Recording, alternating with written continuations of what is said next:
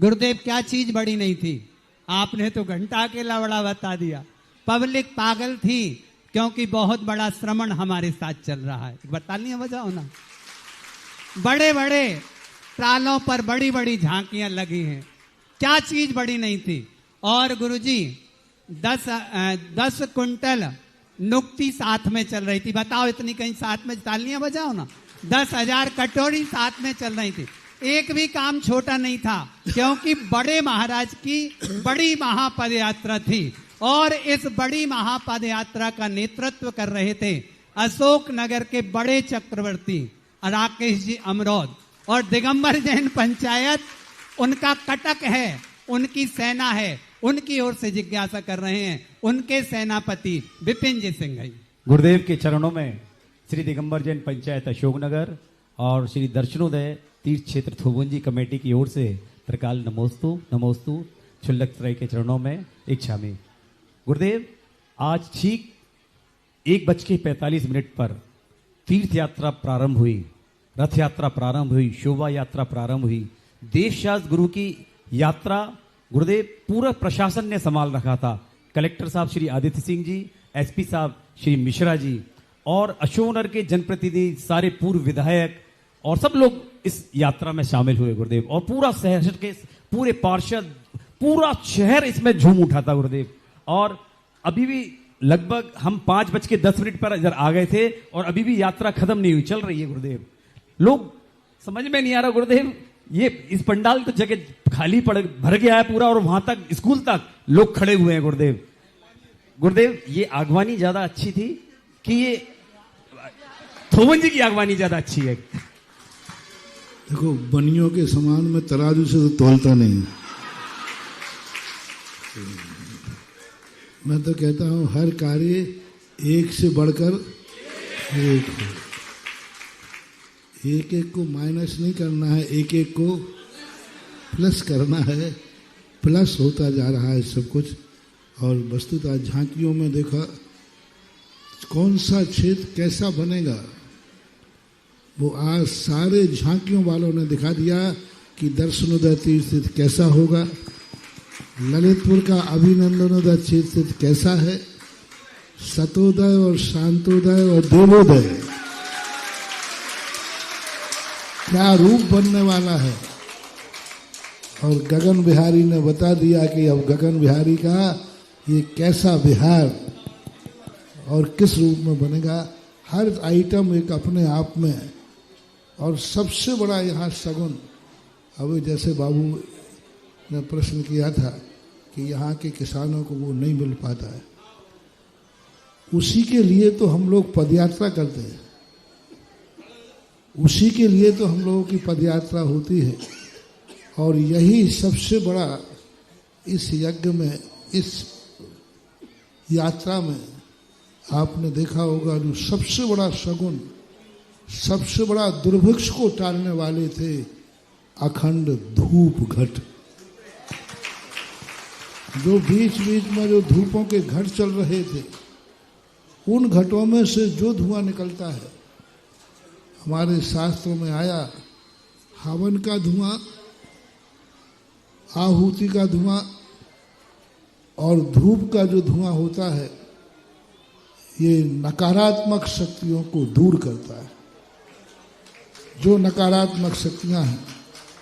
इसलिए सबसे ज्यादा, सब सगुन तो है ही, लेकिन यहाँ के रास्ते की नकारात्मक शक्तियों को दूर कर रहा था जो अखंड धूपड़े चल रहे थे। पूरी यात्रा में 5 अखंड धूपड़े चल रहे थे, जिनके माध्यम से वो धूप पूरे रास्ते के यात्राओं को, किसानों के खेतों को, किसानों के घरों को और भारत की भूमि को नकारात्मक शक्तियों से निकाल करके सकारात्मक रूप दे गए। इस पदयात्रा के अनेक अनेक पहलू हैं, एक एक पहलू नहीं, हर पहलू में कोई ना कोई रहस्य छुपा हुआ है, कोई ना कोई ऐसा रहस्य छुपा है जिस रहस्य के कारण से यह सब मात्र प्रदर्शन नहीं है, ये उस आत्मदर्शन की ओर ले जाता है जहाँ से लोग सोच नहीं पाते। अब यह पदयात्रा के बाद इन जो आपने भावना भाई है, इस भावना के अनुसार आप खुद अगली साल बताएंगे महाराज किसानों के क्या हाल है।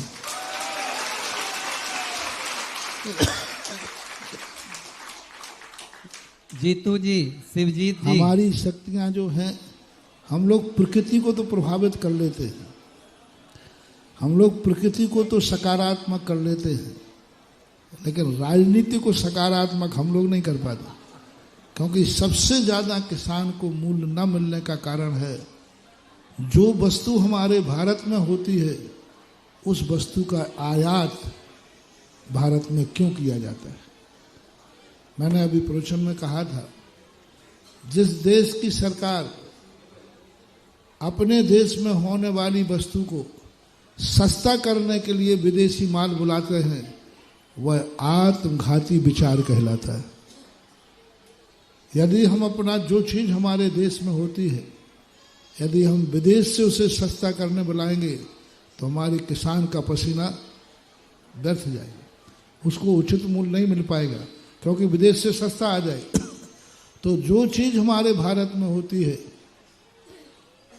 उस चीज़ के लिए कभी आयात नहीं होना चाहिए। देश में कितना भी महंगा हो, देश का पैसा देश में रहना चाहिए। आज कितनी भी महंगाई बढ़ जाए, अनाज कितना भी महंगाई बढ़ेगा, पैसा कहाँ जाएगा देश का? आपके साथ किसान से जाएगा, किसान फिर बेचारा बाजार में आएगा, फिर तुम्हारे पास आ जाएगा। लेकिन विदेशी माल यदि आ जाएगा तो पैसा कहाँ जाएगा? विदेश जाएगा। देश का महंगा माल मिल रहा है तो मत समझो कि महंगाई बढ़ गई है, क्योंकि देश का पैसा एक भाई से दूसरे भाई के पास जा रहा है और वह भाई कहीं ना कहीं कल बाजार में लाकर पुनः लौटा देगा।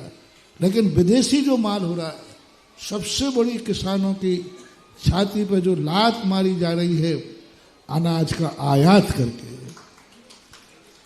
जो विदेशी शक्तियों का माल आयात किया जा रहा है, उस आयात का इतना माल यहाँ पटक देते हैं कि बेचारे किसान को मजदूरी भी नहीं मिल पाती। मेरा कहना है, सभी आज प्रश्न आया है, सारे भारत के किसानों से, सारे भारत की जनता से कहना है कि अभी चुनाव आए उस समय एक ही आवाज उठाओ, जो वस्तु हमारे देश में पैदा होती है उस वस्तु का आयात नहीं किया जाएगा।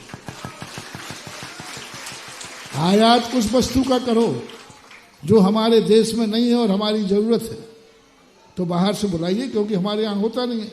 लेकिन जो हमारे यहाँ होता है, माल को, अनाज को, गेहूं को, दाल को सस्ता करने के लिए हम विदेशी बुलाएंगे तो हमारे देश के लिए हमारा देशवासी कहाँ जाएंगे? तो ये अभियान यदि सरकार सोच ले कि नहीं, हमारा पैसा हमारे किसान को मिलना चाहिए, किसान समृद्ध होगा, व्यापारी समृद्ध होगा, और व्यापारी समृद्ध होगा तो राष्ट्र समृद्ध होगा। विदेशी माल बुला लेने से ना तो राष्ट्र समृद्ध होगा, ना व्यापारी समृद्ध होगा, और ना किसान समृद्ध होगा। विदेश जरूर समृद्ध होगा, उससे अपन को कोई लाभ मिलने वाला नहीं है। ऐसा